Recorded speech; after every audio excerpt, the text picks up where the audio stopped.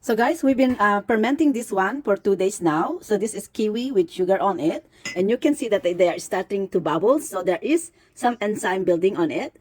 We are now ready to make some of our kombucha juice mixture. So to make that, I do put a little bit of, I have 2 kombuchas that I uses. So we're gonna make some of these hibiscus tea and also the black tea, just a scoop of black tea.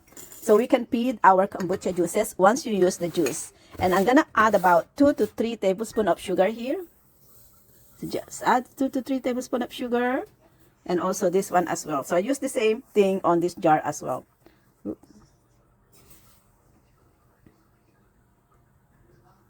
Okay, now we're gonna put sugar, boiled water, so that we can infuse this tea.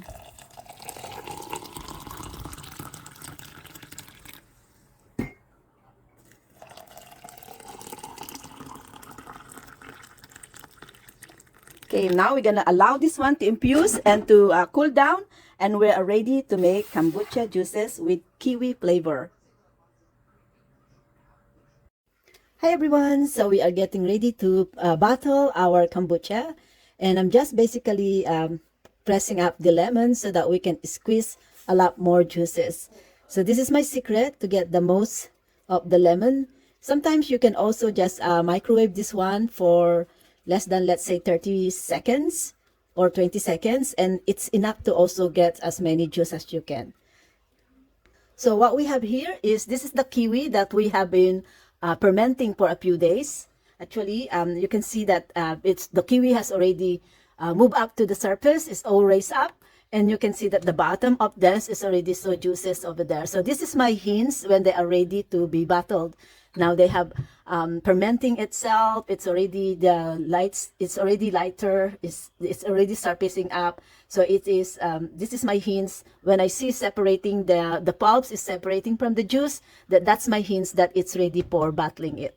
So we have we did pre-infuse our hibiscus tea. Look how beautiful and reddish is this one. And we also have some black tea. So we're gonna put this now in a container in it, so that we can mix our juices for making kombucha. So, like mixing that up. Okay, so now I'm gonna add 1 lemon and about 2 inches of ginger here. And this ginger, we only need the juice because we already actually put ginger here as well in our kiwi when we first process this one. So this is the 3rd day of fermenting this kiwi. So, but in bottling it, you can skip not to give another ginger, but the ginger is help to create more of frizziness and more carbon dioxide effect. So I did grinded this one because we only need the juice. I'm not going to put the whole ginger in our bottling, because the whole ginger, it may surface and then that can produce mold on it. So all we need here is the juice. So in order to get the juice, I do grinded it up so that I can get the juice as much as we can. Okay, now we're gonna take the juice from our oranges, and it's from our lemon. So see how juicy it is once you kind of rub it around or microwave it for few seconds. It will get a lot juicier when you extract the juice. So now we're gonna just that up in there. So now let's do the ginger.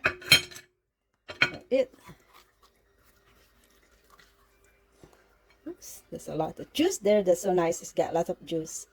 So in this also, we also only need the juice. We don't want the fiber on it. So I'm just gonna squeeze this one out. Like I said, I already added some of this ginger in our kiwi last time. So this one is just refreshing it up, because when you ferment it, the ginger effect might be already gone.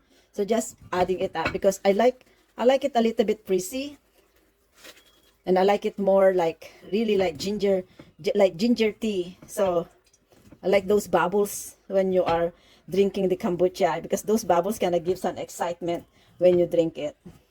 Okay, so that's good. So just gonna still some more of those juice on it.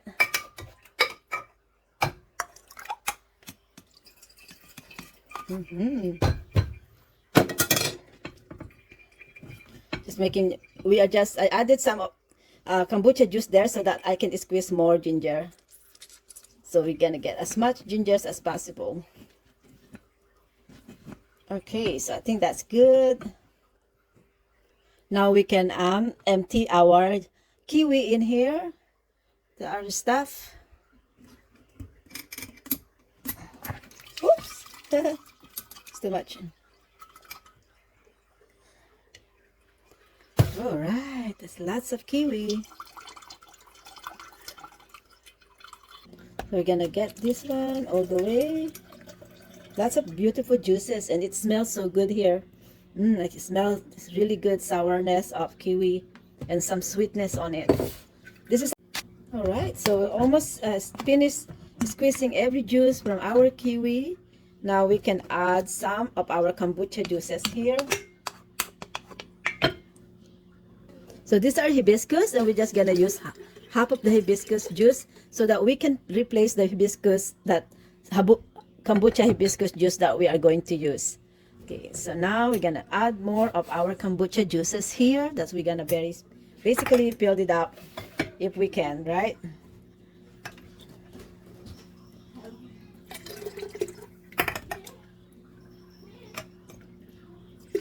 So I'm gonna put about 1/3 of the kombucha juices.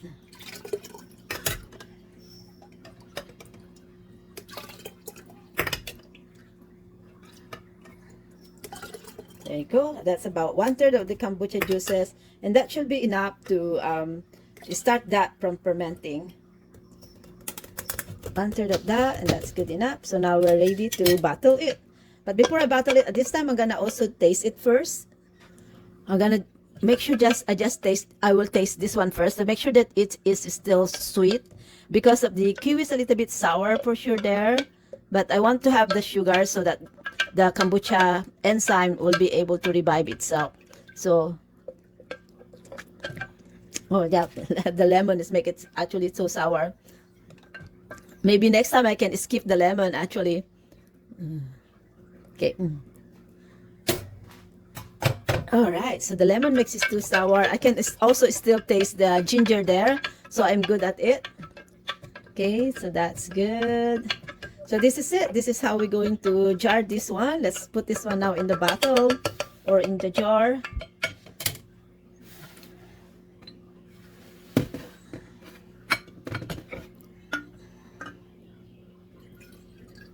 Oops.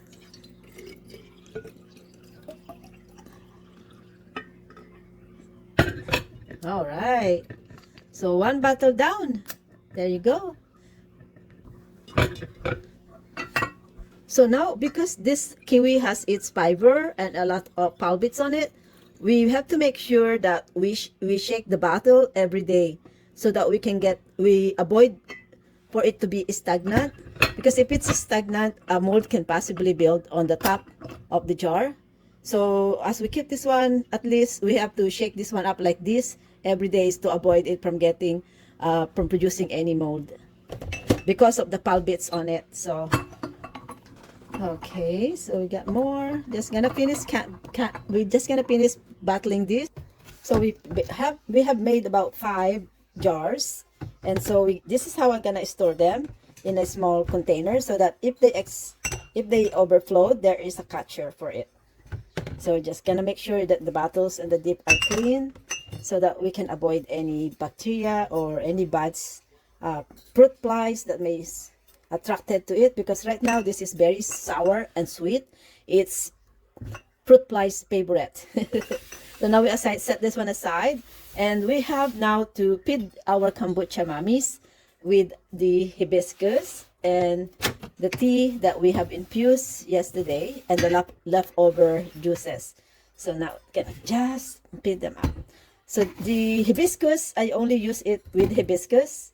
Make sure it's a clean one. I only use it with hibiscus only. So this is just basically the hibiscus food for there. Oh my goodness, the sugar did not get melted properly. There's still sugar in the jar there. Okay, so that's our hibiscus there. So now we are going to feed as well the black tea, our black tea kombucha, which is this one, and this is the black tea that we have infused yesterday. So now we're gonna just make sure we also strain this one because we don't want any black tea leaves here. So we're just gonna put half, and we're going to feed the other half to our hibiscus because the black tea is their favorite food, basically the sugar and the black tea. So that's good. So now we have replaced the juices in it. So this will be good again for about 7 to 10 days.